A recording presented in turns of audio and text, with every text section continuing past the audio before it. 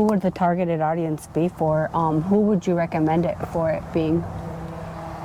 Man, I think anybody that has gone through any trauma, which is a lot of people, not necessarily abuse, but just stuff, man. Especially, you know, life is rough and life will happen to you. Yeah.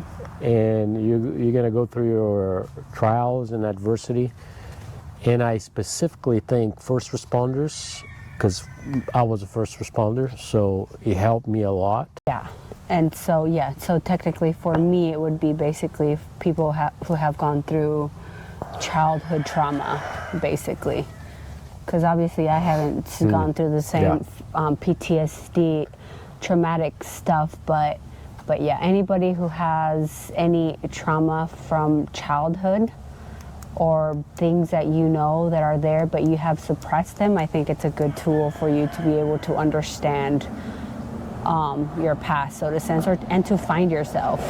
Yeah, and I didn't have any PTSD or anything like that. I didn't have any trauma. Well, I just had some stuff dig deep in there that I didn't even know was there. I don't know if we've ever talked about this, but I saw the decline in your mental health, mentally. You say you didn't have PTSD, but when every time you would come home from the fire department, you carried this this weight that didn't belong to you, and it started affecting you in your moods and the way you were treating people and the way you saw the world, and they desensitized of things in life, and just seeing those traumatic things. You think you didn't have PTSD, but that's the absolute definition of PTSD. Yeah. I think that in a sense you did have PTSD. Okay, well, let's start from the beginning.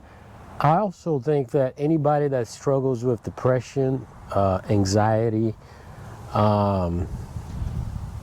if you're a curious person, that you are open-minded to the things that you don't know are out there, I welcome those people too. Just curious spiritually. Yeah, because you just don't know what you don't know. It's an ancient ritual, that indigenous, the Incas, and predominantly in Peru. I believe Peru in the Amazon forest. Yeah, because this is where this vine and the tree and the plants were predominant. Yeah, and now it goes on. There's ceremonies all over the world, but the main focus is in Peru, Costa Rica, and Brazil that I'm aware of. That I'm aware of too.